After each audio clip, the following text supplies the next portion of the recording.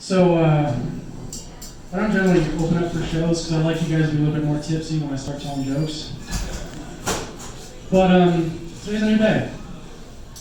And I'm going to start on my set. I'm going to be talking about Steve Irwin.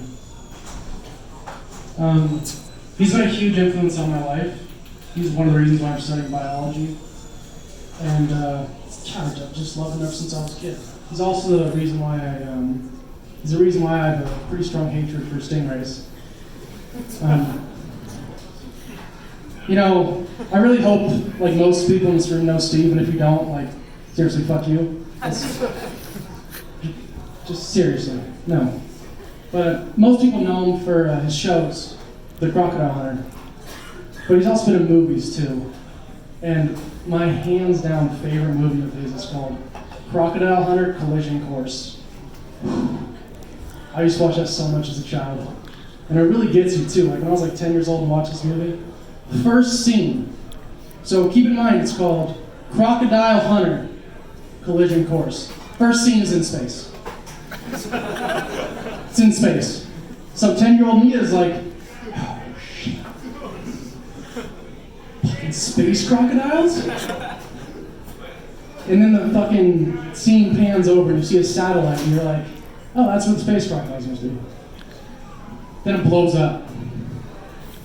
And a fucking beacon that just falls down to Earth just like a meteor lands in Australia and a giant crocodile eats it. I'm like, okay. We still have crocodiles that went off in space, so a little bit disappointed. And then you find out a little bit later that the CIA is trying to get that back. The CIA wants that beacon back because apparently it has Hillary's deleted emails on it. And that same crocodile was harassing a rancher like earlier in the movie, so Steve Irwin gets sent out to like go capture it and relocate it because he's a great guy. And he ends up having to fight the CIA for it using animals and shit. It's fucking sick. I'll let you guys fill in the rest. But yeah, Steve Irwin's a real badass. I mean, he can wrestle crocodiles better than Stephen Curry can shoot threes. Yeah, I know, I kind of butchered that name there, sorry. And he also fought the US government without being overthrown for a democratically elected crocodile dictator. So that's pretty solid. So speaking about people from Australia who have died, I'm honestly curious about how people in Australia just like fucking survive. It's like the only place where natural selection for humans still happens. Like every step you take, like there's something that's trying to fucking kill you. I think that's the reason why, like, the best animal handlers come from Australia. It's not that they're like special, it's just natural selection, because they have to survive down there. They just kind of grow up like that. And I even think, I'm willing to bet that if aliens came down to Earth, they'd be like, yeah, no, fuck that. Humans can have Australia. Just out of common sense, they just avoid the shit out of it. And if aliens did come down, honestly, I think they'd want to kill us immediately. Because, like, we're kind of fucked up. Like, we have war, we have famine, we have Cardi B and James Charles. They would just have that finger just hovering over the button and just blow up Earth, just fucking smithereens and be like, wait, Clark, hold on. The crocodile hunter's from there. Give another chance. Let's pull back on there a little bit. And they'd also probably fucking hate us for pollution. It's pretty bad. But they'd probably forgive us because it's killing stingrays.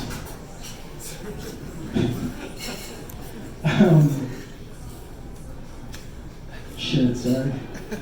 This is all new material.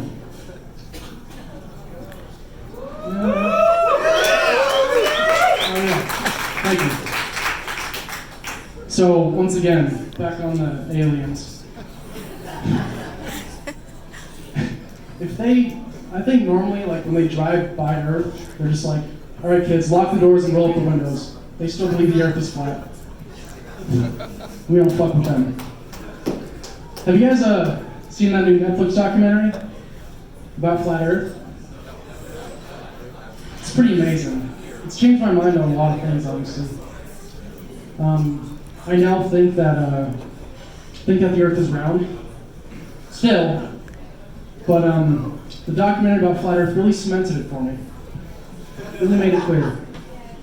And like, it's a good movie. It's a good movie. Highly suggest watching it. And there's this one scene where, so they're talking to a particularly famous flat earther. He's like, yeah man, we don't all live in our mother's basement. Some of us are very successful. We even have members all around the globe.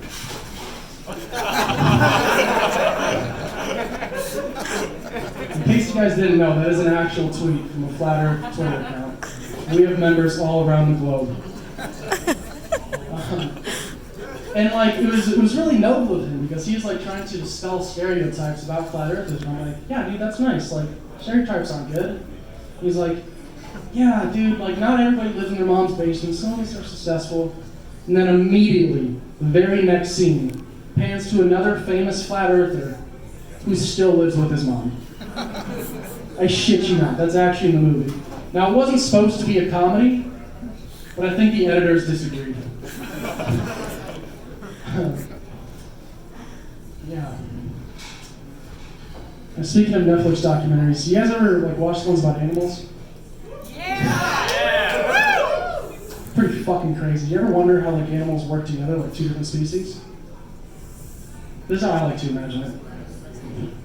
A couple birds are flying over, like, oh, dude, what's up, dolphins? You guys got a bunch of fish there. Yeah, dude, we do. Mind if we have some? Oh, for sure. I don't know why I imagine it sounding like a really annoying frat guy.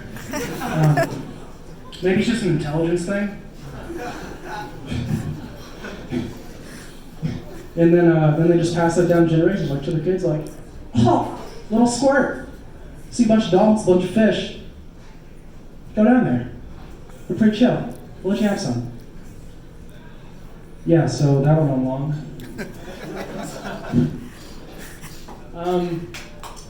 Yeah, there's some, thank you, sir. There's some fucking crazy animals on this planet. Which is honestly insane, because like, I fucking live here, it still blows me away. There's this frog it's from Australia. It's called the water-holding frog.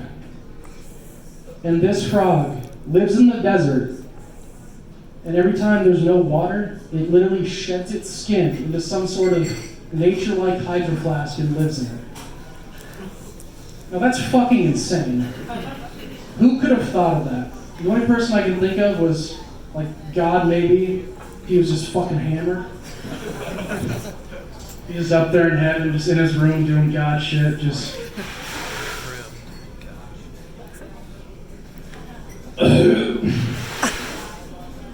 Angel comes in. Hey God, you got any new species cooking up? Yeah, for sure. A frog that lives in the desert. Can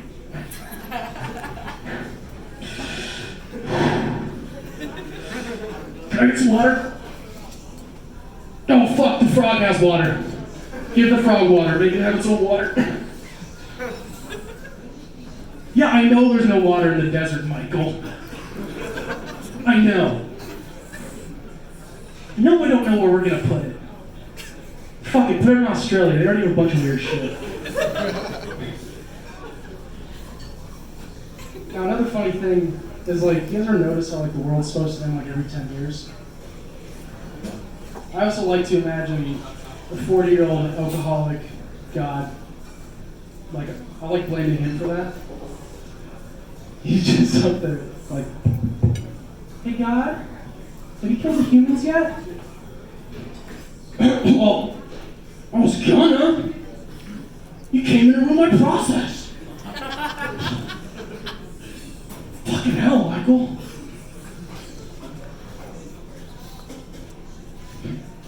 Yeah, I know I can make dinosaurs after I kill them. I don't like the T-Rex anyway. If you keep barging into it, I'm not going to do it. Yeah, so that's my take on God.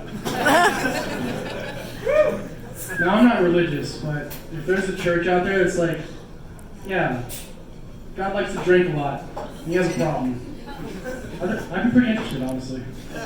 I'd be pretty interested. So this is the last joke of my set, and I wanted to end my set by telling a joke about Steve Irwin's death. And I was really thinking about it, and I was kind of worried about it. I was like, I mean, if I tell it, I think everybody's going to take it to heart. And take it to heart. I mean, guys, it's been 10 years. It would only sting a little. But I'm not going to tell it. All right, thank you.